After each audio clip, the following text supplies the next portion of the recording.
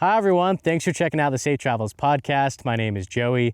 We were at Capitol Reef National Park, and while we were there, we sat down with Park Ranger Shauna and Cotrell. We talked all about Capitol Reef, from geology to wildlife, human history, the orchards that are there, and much, much more.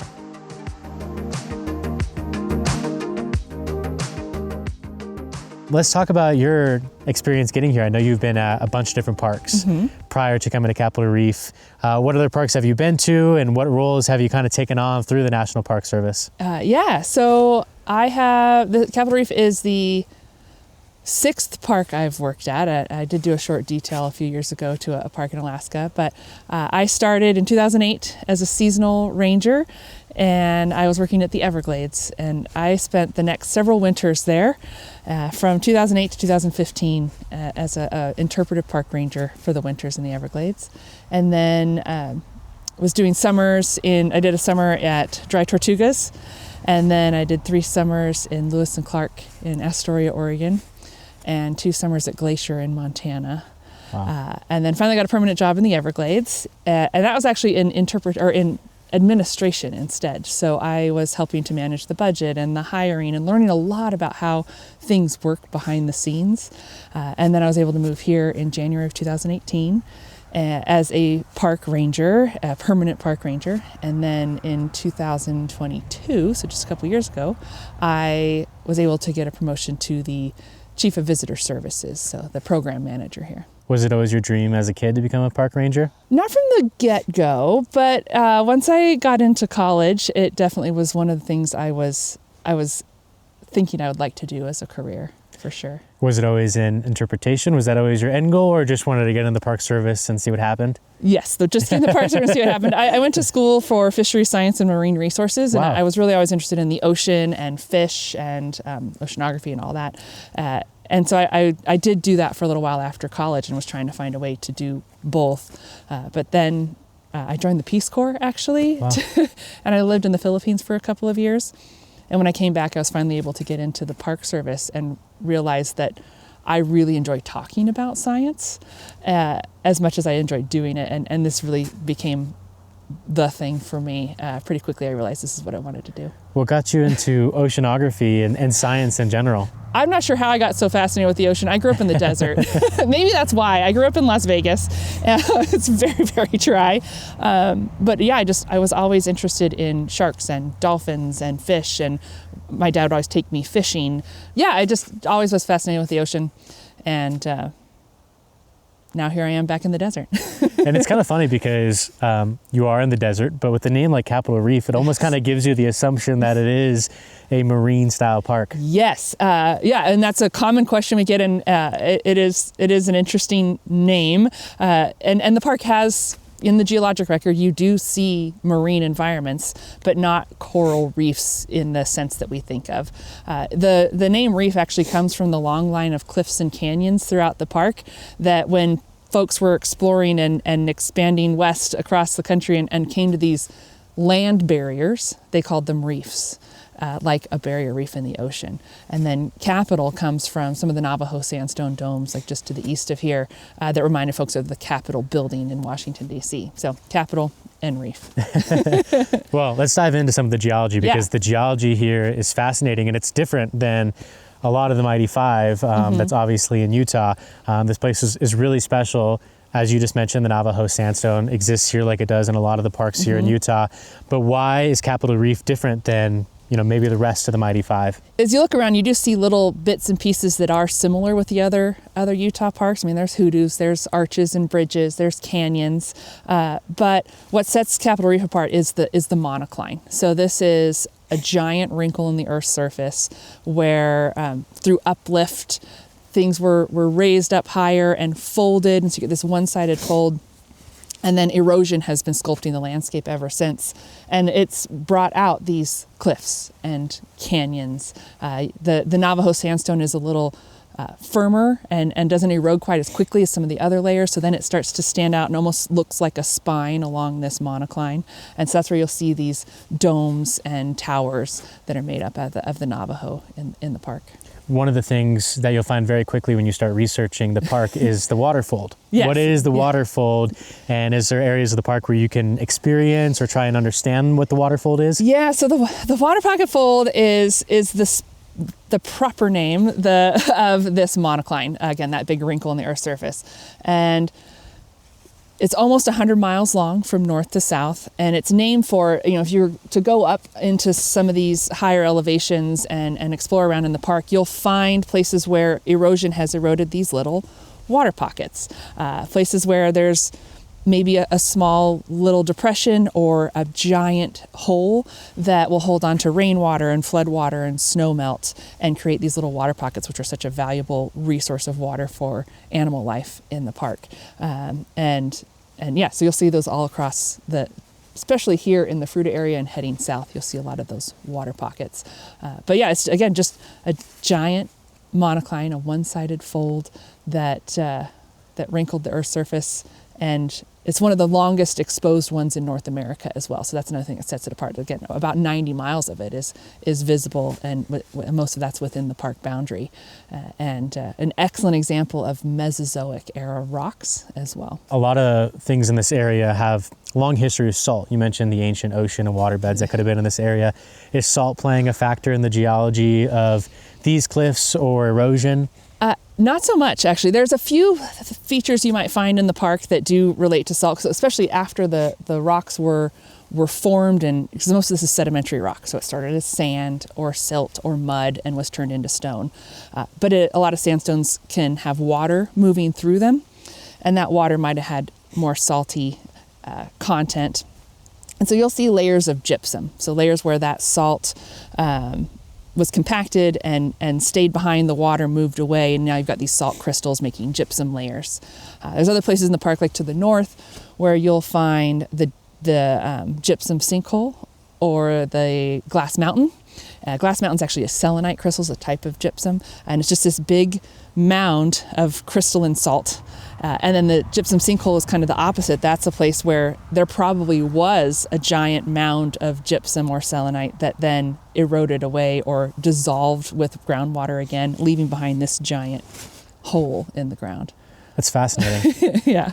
You mentioned a couple answers ago that we're in the Fruita district right now, and we are in an orchard, a beautiful orchard. Yes. There has been deer playing all around us right before we started recording, which has been really cool.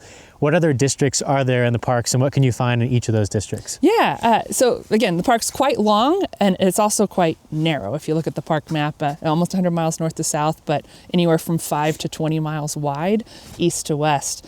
So we have the North Cathedral Valley District and the South Water Pocket District. Again, all throughout this, you'll see evidence of this monocline and the uplifted and folded rocks. But to the north, it's really rugged and remote and open desert landscapes with these towering sandstone monoliths, the cathedrals or the temples. And you can be out there all day, and depending on the time of year, you might see 5 more cars throughout the time that you're out there. But you do need a high clearance 4-wheel drive vehicle most of the time to get up there. You have to cross a river and drive through some pretty rough roads, but it is a lovely experience to be out there and feel really on your own and up close to the geology.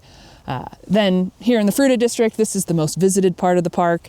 It's kind of the easiest to get to. You've got the paved roads of Highway 24 and the scenic drive, and you can walk around the Fruita district. You can visit a lot of these historic sites and really kind of start to get an understanding of what the water pocket fold is, but we are in it here. So really to get an understanding and see how that the rocks are uplifted and folded, you got to get up a little higher. So whether that's visiting Panorama Point just to the west on the highway, in between the visitor center and Torrey, or hiking up to Navajo Knobs or the Rim Overlook, which are the trails that leave from Hickman Bridge and go up a little higher. And then you can see down that spine and kind of get an image of how those rocks are folded and tilted down. If you wanted to see that from a car and you're okay with dirt roads, heading to the South Water Pocket District, you're going to start on a paved road and then it comes back into the park and turns to dirt. That is often a little more approachable. Right now it's rated as 2-wheel drive, so if you're okay with the dirt road and you have a sedan, you could probably do it, but always check the road conditions before you go. But right there, you're driving in what's called a strike valley, and so that's just an area where the rocks were softer, they've eroded faster, so on either side of the valley you have the harder sandstones typically. And you'll see the Navajo and these chevrons of the red Carmel formation on top of that, rising up at a steep angle going up towards the west. And for some people that really helps to click what the water pocket fold is and see that angle of the rocks. And why did it happen in this specific location of the Colorado Plateau? Yeah, I mean, the Colorado Plateau is this massive area here, Utah, Arizona, lifted up mostly flat, but that was a lot of pressure. This is tectonic forces. So you've got an oceanic plate meeting North America, and typically when they meet, they subduct at a pretty steep angle. And about 75 million years ago, the oceanic plate did not subduct so steep. It stayed pretty flat and moved farther inland under North America than plates really had before. And so this is putting an enormous amount of pressure underneath North America. And it's a mountain building event, or an orogeny. And it built the Rocky Mountains, and it lifted up the Colorado Plateau. And again, all this pressure on thousands upon thousands of feet of rock reactivated a fault line, actually a few fault lines, on what is now the western boundary of Capitol Reef. And so as everything's being lifted, the west side of this fault line is lifting higher than the east side. And over the next several tens of millions of years, the west side rose 7,000 feet higher than the east side. And on top of that are thousands upon thousands of feet of sedimentary rock. And so as they're lifting up and the west side's lifting higher than the east side, it's draping over that fault line. So if you can imagine all of these rock layers as a gigantic brownie, and it's so big you have to share it. So you are starting to maybe bend that brownie, and if you can picture what might happen to that brownie, the bottom might squish together a little bit, but the top starts cracking.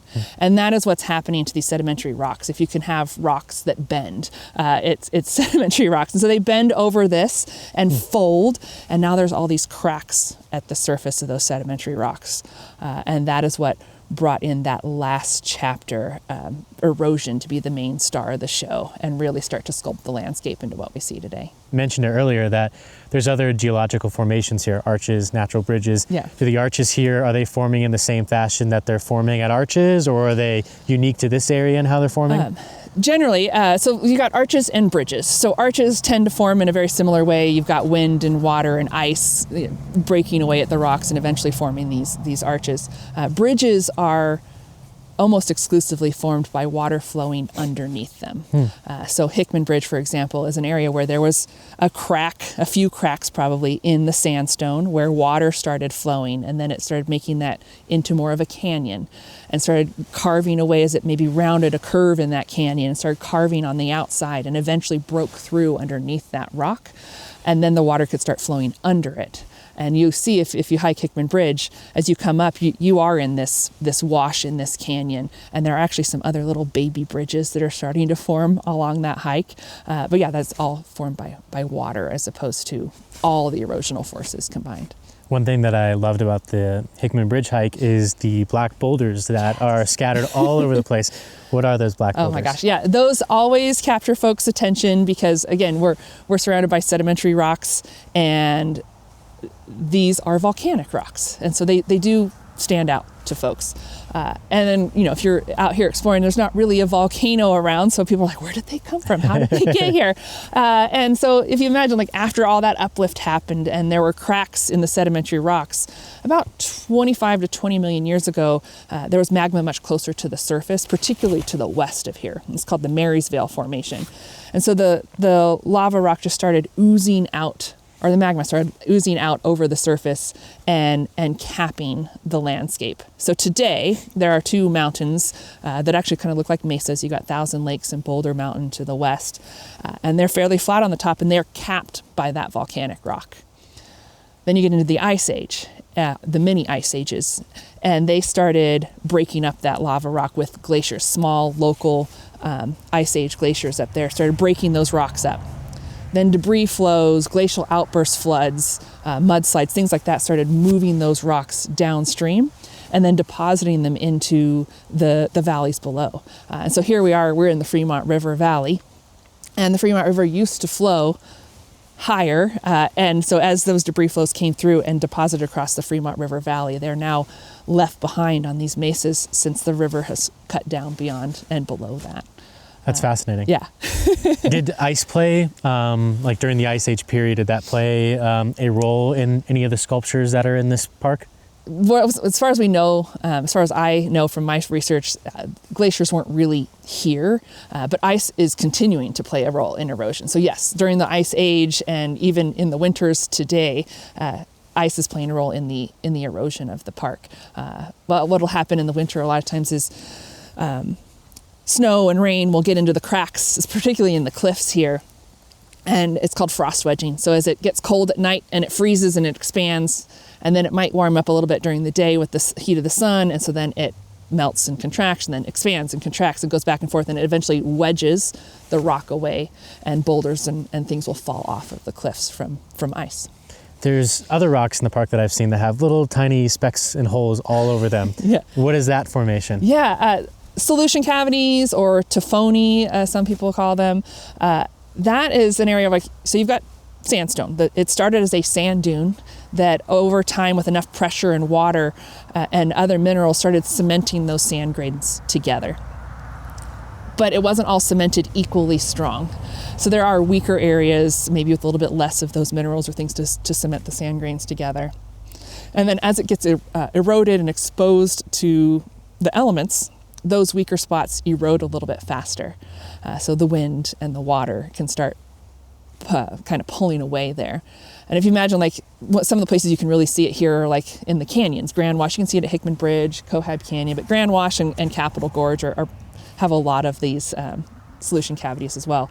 But if you can imagine water flowing through there, and it meets this little divot in the rock, and then it swirls in there and starts digging that hole bigger and bigger and bigger. And so that's how you get those little lines of holes.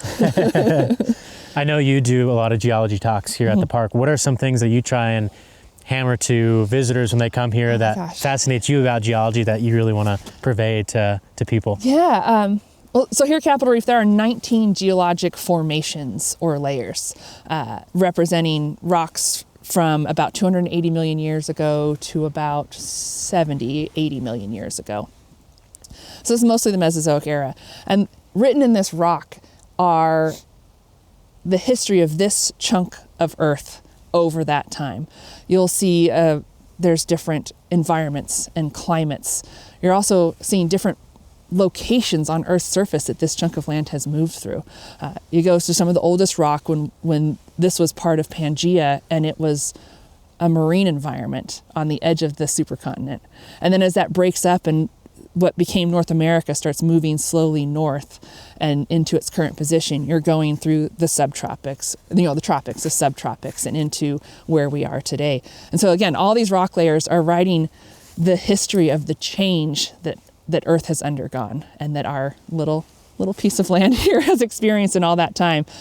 So change is always happening. It's been happening over these massive time scales. And again, it's just written in the rocks here. You can kind of understand by this glimpse, this little moment we're in right now, how much our planet has gone through in the last 280 million years. And then if you keep going back through geology, you can understand what the Earth has gone through in the last 4.5 billion years. Capitol Reef's only about 6% of Earth's timeline. That's crazy. Yeah. I oftentimes think about that. Like when you look at parks like these, we just happen to live in the most perfect moment in time to view such a beautiful thing. Right. Because erosion is still happening. In the last 10 million years, 10,000 feet of rock has eroded from where we're sitting right now. So what might this look like in 1,000 years or 1,000,000 years or 10 million years? It will be a completely different landscape. That's fascinating here. Yeah. So the rock that we're looking at now, how old is this rock that's in front of us? So what we're looking at here is some of the Chinle as well as the Wingate and the Kayenta. So the Chinle is about 215 million years old. And then you get into the Wingate and Kayenta, which are about 200 to 190 million years old. And they represent completely different environments. The Chinle is evidence of a swampy, slow-moving river, very wet, humid, and hot environment. And then you get to the Wingate and the Kayenta, and those are sand dunes. So it goes from this very wet place to this very dry place. Of course, that doesn't happen instantly. So there's also, in between those two rock layers, is what's called an unconformity. There's a piece of rocks or Earth's history missing there. So yeah, it doesn't go from a swamp 250 million years ago to a desert instantly. So with visitors coming here, what are some concerns with the geology when visitors are recreating here? I know there's petroglyphs here, so graffiti plays a role in visitors obviously not messing with the petroglyphs, but is there other concerns when it comes to the geology and maybe the ruggedness of this area? Yeah, I mean, we don't have cell service. So encouraging folks, before they get here or stopping by the visitor center, check the weather, see what's happening. Because some of the biggest concerns we have here, other than just it could be very hot or it could be very cold, is flash flooding. And that is completely determined by the geology as well as the monsoon season. So you get these thunderstorms that can build and drift in and maybe drop a third of an inch, a half an inch of rain in a short amount of time, and it comes through these drainages and just can completely surprise you, because it does not have to rain here for us to have a flash flood, because it can rain outside the park or to the west. So that's one of the biggest concerns, especially in the canyons like Grand Wash. A couple of years ago we had a pretty big flood that we went in afterwards, kind of measured the high water mark, and it was about 7 feet. Oh, wow. Yeah. Unfortunately, everyone was fine. People were able to find high ground and be safe during that flood.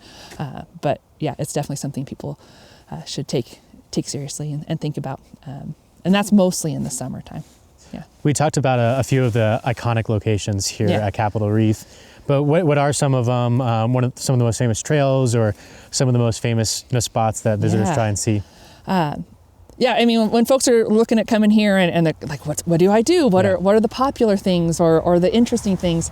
So some of the most popular hikes are Hickman Bridge, Grand Wash, and Cassidy Arch. And they are all excellent hikes. But they're just 3 of the 15 hikes we have here in the front country of the park in the Fruita area. So depending on what you're up for, how much time you have, how much effort, they're all great. So definitely take a look at all the different hikes. But if you really want to do those, because they are great hikes, especially in the busy season from about March to October, you might need to get there pretty early to get a parking spot. Or when the days are long, go a little bit later in the day. And then in terms of like iconic viewpoints and things that people want to see, the temples, the Temple of the Sun, the Temple of the Moon, and the Cathedral District. Again, if you got a high clearance vehicle, most of the time you can get up there. Here in Fruita, it's the orchards, it's the Gifford House, the Scenic Drive, which is under construction right now, but should be opening hopefully very soon. And even just along the highway, when you're driving State Route 24 from west to east or east to west through the park, you're going through a cross section of that monocline. You're seeing some of the oldest rocks to the west and the newest rocks to the east, and really getting that diversity of colors and textures and the topography here. It is a very gorgeous drive. I was doing it this morning and it was fantastic. You just mentioned the Fruita District and the orchards here. Mm-hmm. In the beginning I mentioned the biodiversity that's here in this park.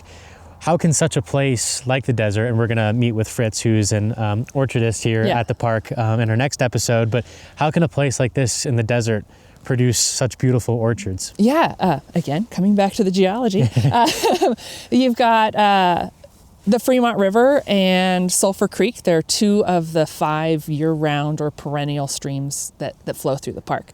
And that's a really big part of it. You've got a year-round water source. Also, these tall cliffs around us here, they protect a little bit from some of the wind. If you go up county, the wind is always blowing to the west. And it can be windy here, but it does protect a little bit of the wind. And then in the winter, it's absorbing some of the sunlight and then reflecting that heat back into the valley. So it can stay a little bit warmer. It's also slightly lower elevation than some of the places to the west of the park. And so, it just became a really excellent place for folks to farm. The pioneers were not the first folks to farm here, but what we do see around us today is that legacy of orchards being planted here in the 1880s until about the 1960s. And again, we're going to dive deeper into the orchards in our next episode. Yeah. But what can visitors do here in the orchards? I know it's an iconic part of Capitol Reef. So why do visitors come here? Yes, it will depend on the time of year. A lot of them are open. You can just wander through at any time. But in the spring, typically in April, you'll start getting the blossoms. And that is one of my favorite times of year. These almost 100-year-old apricot trees all in a line, big, wide, tall trees covered in these delicate pale pink and white blossoms. And then you'll get into the apples and pears later on. So the springtime is great if you want to see orchards in bloom. In the summertime, usually in June, but more into July, August, September, October, come taste the fruit. You can just, any of the orchards that are open and available to be harvested because the fruit is ripe at that time, we do advertise when it's ripe, come in and just get a taste of fruit. You can sample that fruit for free, or whatever you take with you. There's usually a set price per pound, and it's on the honor system. Folks can pay as they leave the orchard. I have to come back because unfortunately there's no fruit for me to taste right now. Yes. But I've heard incredible things. I did pick up some pies today though at the Gifford House. Yes. Can you talk about that and how visitors interact with the Gifford House? Yeah, so the Gifford House, the Gifford family lived there. Before that, there were other pioneer families that lived there, but they were the last residents. They lived there until 1969. Mrs. Gifford would bake pies for her visitors. And so that is where that comes from. It's that sense of hospitality and welcome that has the fruit pies there today.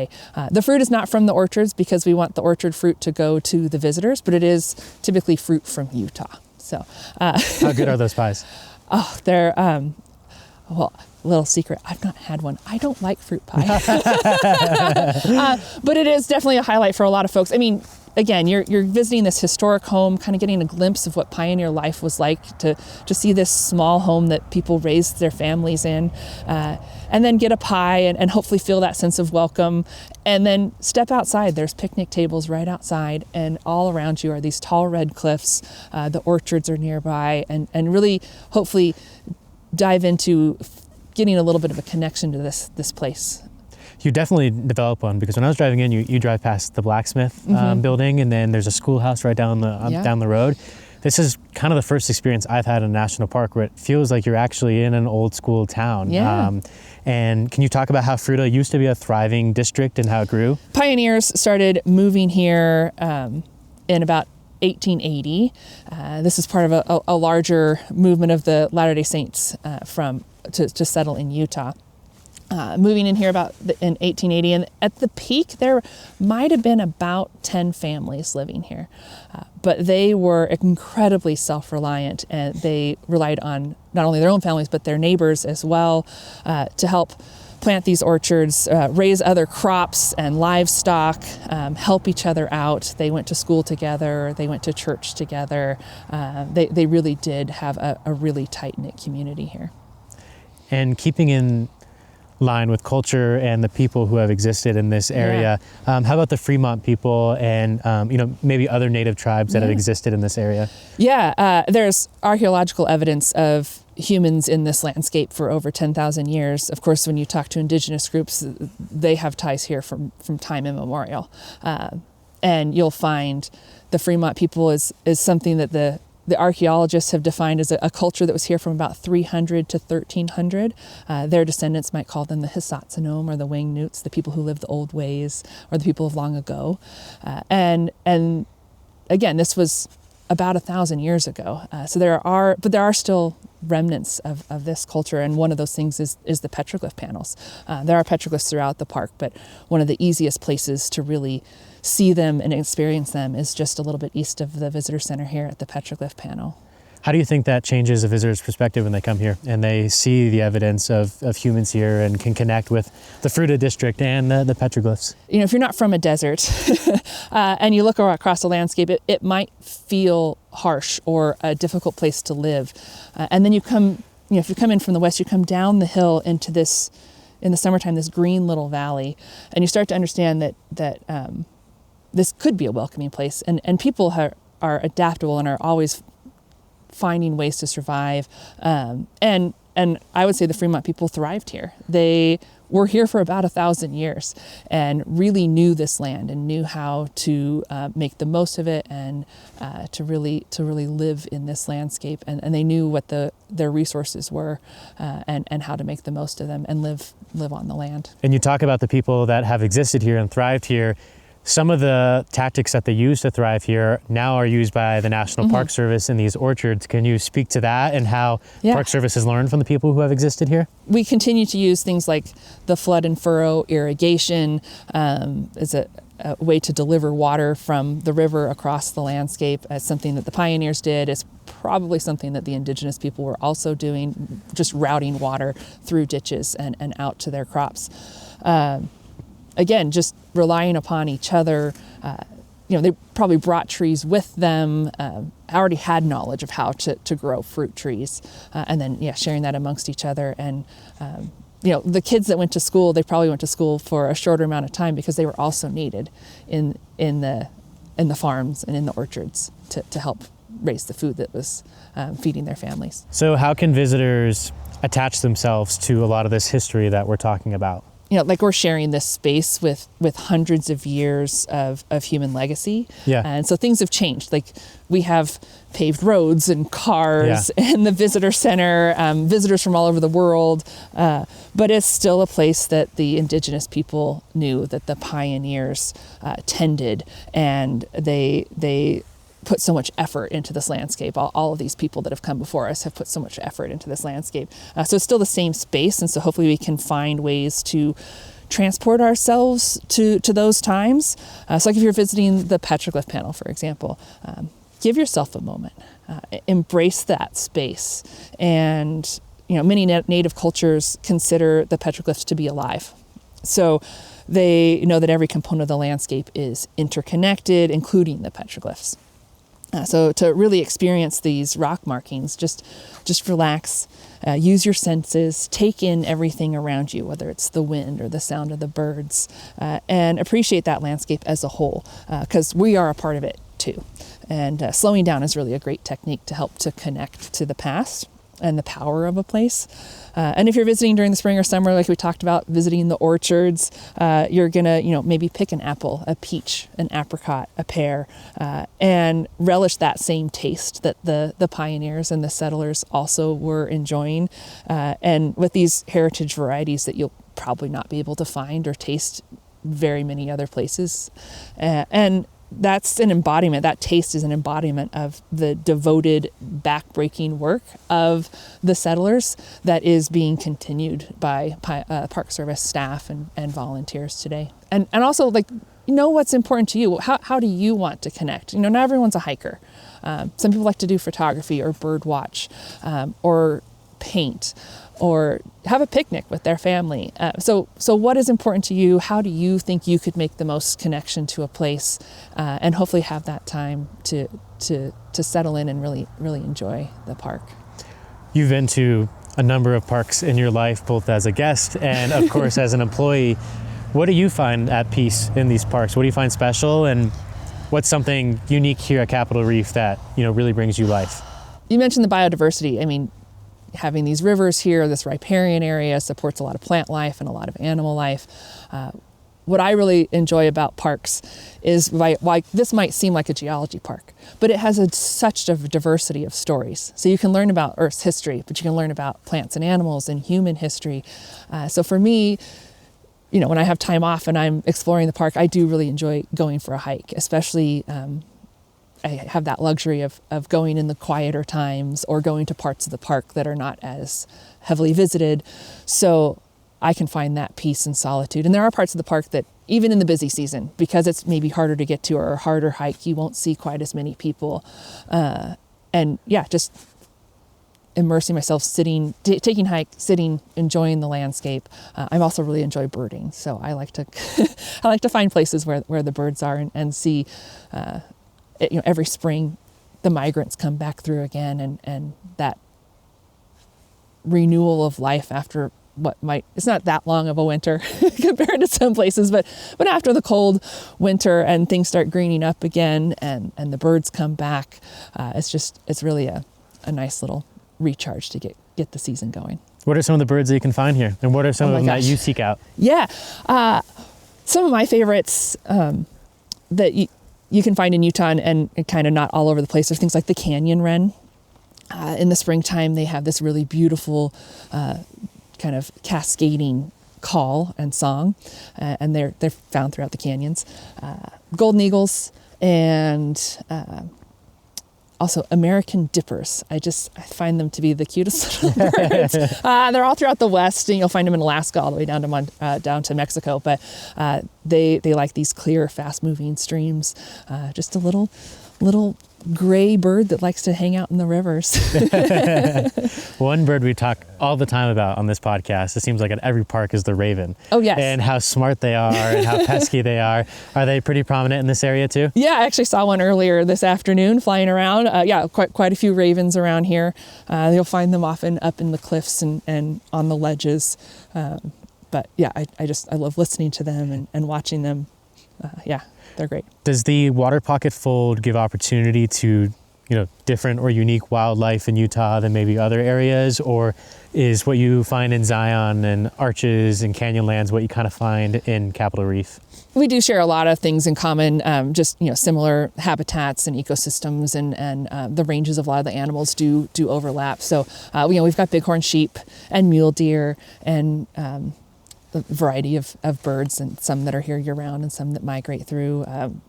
We've got marmots and rock squirrels and things like that.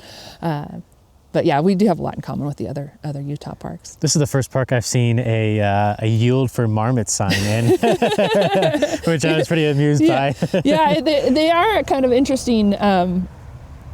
Because they're one of the lowest elevations, a population of marmots, they typically are found above 6,500 feet in elevation, and we are at 5,500 feet in elevation. So there's some debate on, like, how did they get here? Why did they get here? Maybe they just expanded down the Fremont River and we're like, well, look at this. There's all this grass and there's all this great place to live. So they may have just kind of expanded and taken advantage of the human impacts on the landscape. And found a good place to live. But is there an ecological story in this park that you find fascinating? Like, for instance, in Canyonlands, they have a pocket of Doug fir that exists at an elevation that's so low that they usually don't exist at. Is something like that here, that there's just like a spectacular story of life or ecology? One thing that I think is interesting and hopeful is for a variety of reasons, introduce pests or diseases and just hunting pressure and a lot of other things. The desert bighorn sheep became locally extinct here. And so the Park Service in the 80s and 90s was able to bring some sheep from the Canyonlands over here and reintroduce them into the park. We still have bighorn sheep to this day. And this is just ideal habitat for them, to see them climbing up the, the rocks here. It's always a highlight for visitors if they're able to see them. They're, just really, really special animals. One thing I want to talk about is weather in this park. Right now, It is pretty cold. Last night, it was, I think, 13 to 15 degrees.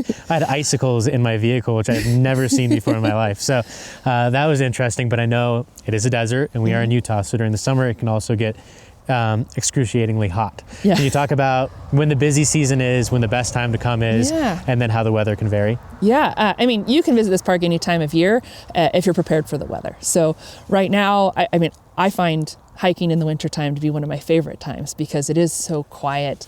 It can be in the 30s or 40s for a high, and if you're and it's usually sunny. So you can dress for that and get hiking and warm right back up. We are typically busiest from March to October and even into November if the weather stays a little warmer. All throughout that season, it's lovely, busy, lots of people around, lots of things to do, lots of diversity of recreational opportunities. But the thing to consider in the summer is it can be 100 degrees, high 90s usually. There's not a lot of shade and we are at a higher elevation, so it is easier to become dehydrated and to overheat here. And then when you get into the monsoon season, to be checking for those flash floods. So we do encourage people in the summertime to hike really early in the morning and definitely avoid canyons by late morning through the afternoon because of that chance of flash floods. Well, I know you've been to a lot of parks, and I know you know a lot about parks, so I brought trivia cards that we're going to get into for the first time. But I want to also just ask you, like, what would you say to a visitor if they've never been to Capitol Reef, or if they're doing, you know, the Grand Circle tour and maybe Capitol Reef isn't on their list? Yeah. Why should they come and experience this place? I think it's the diversity of the landscape, and the geologic features here. It is really, really beautiful and impressive. And I think what's also great about this park is if you only have a half a day or you have a week, you can find things to do here. You can really get a taste of the park if you only have a few hours. And that is often what's happening. Folks are on their way to Moab or to Bryce or vice versa. And so they're just like, we don't have much time. How can we really get a feel for this park? And you can do that.